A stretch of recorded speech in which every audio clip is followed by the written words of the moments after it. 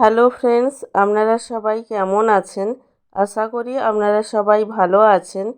আমার channel সুস্মিতাজ food জাংশনে আপনাদের সবাইকে স্বাগত জানাই। আজ আমি আপনাদের সাথে যে রেসিপিটি শেয়ার করব সেটি হলো আলু ভাজা। আলু ভাজা বানানোর জন্য আমি উপকরণ হিসেবে নিয়েছি 3টে মিডিয়াম সাইজের আলু, যেগুলো আমি চাকা চাকা করে কেটে নিয়েছি। আর নিয়েছি স্বাদ অনুযায়ী নুন, হলুদ গুঁড়ো, পেঁয়াজ ও শুকনো লঙ্কা বাটা। এখানে আমি একটি মিডিয়াম সাইজের পেঁয়াজ ও 2টো শুকনো লঙ্কা বেটে নিয়েছি। আলু ভাজা বানানোর জন্য প্রথমে আমি আলু সেদ্ধ করে নেব। তার জন্য ওভেনে কড়াই বসিয়ে দেব। কড়াইয়ের মধ্যে দিয়ে দেব আগে থেকে কেটে রাখা আলু এবং পরিমাণ মতন জল।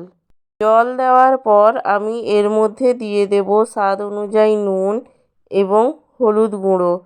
নুন এবং হলুদ গুঁড়ো দেওয়ার পর আমি 6 থেকে 7 মিনিট অপেক্ষা করব, যাতে আলু ভালোভাবে সেদ্ধ হয়ে যায়।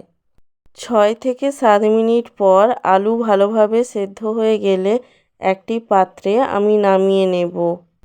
আলুগুলোকে নামিয়ে নেওয়ার পর ভেজে নেব। তার জন্য ওভেনে কড়াই বসিয়ে দেব এবং কড়াইয়ের মধ্যে দিয়ে দেব সাদা তেল।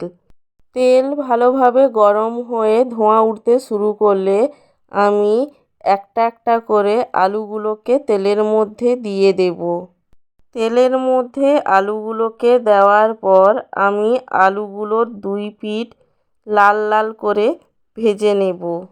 আপনারা যখন আলু ভাজবেন তখন তেলের মধ্যে আলুগুলোকে দেওয়ার আগে তেলটাকে ভালোভাবে গরম করে নেবেন। তেল যদি ভালোভাবে গরম না হয় তবে আলুগুলো ঘেঁটে যাওয়ার সম্ভাবনা থাকে। আলুগুলো লাল লাল করে ভাজা হয়ে গেলে আমি আলুগুলোকে কড়াইয়ের একধারে সরিয়ে দেব এবং কড়াইয়ের মধ্যে দিয়ে দেব পেঁয়াজ ও লঙ্কা বাটা। কড়াইতে পেঁয়াজ লঙ্কা বাটা দেওয়ার পর সেটাকে আমি ভালোভাবে কষিয়ে নেব। তারপর আলু ভাজাগুলোকে এর সাথে মিশিয়ে নিয়ে আরও 3-4 মিনিট একসাথে ভেজে নেব।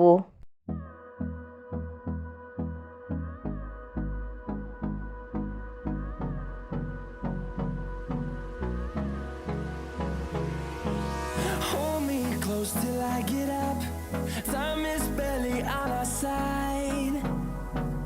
I don't wanna waste what's left. The storms we chase are leading us, and love is all we'll ever trust. Yeah, no, I don't wanna waste what's left. And on we'll go, through the wastelands, through the highways, till my shadow turns to sun rays. And on we'll go, through the wastelands, through the highways.